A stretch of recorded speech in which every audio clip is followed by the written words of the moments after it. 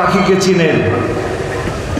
2010 সালের 29শে জুন আসরের সময় তাকে যখন গ্রেপ্তার করে নিয়ে যাওয়া হলো, তখন তার অ্যাকাউন্টে কত টাকা ছিল জানেন?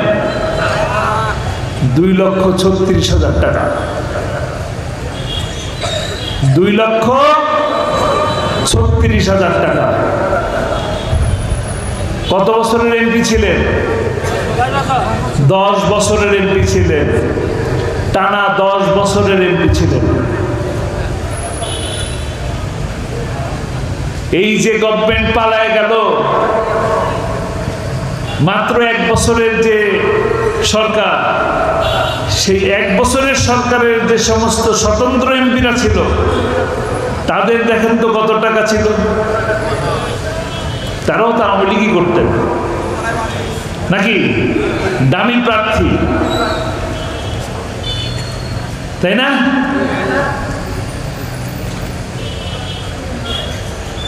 আসলে যারা দুর্নীতির সাথে থাকে, যারা মানুষের উপর জুলুম করে, তারা কখনোই টিকে থাকতে পারে না।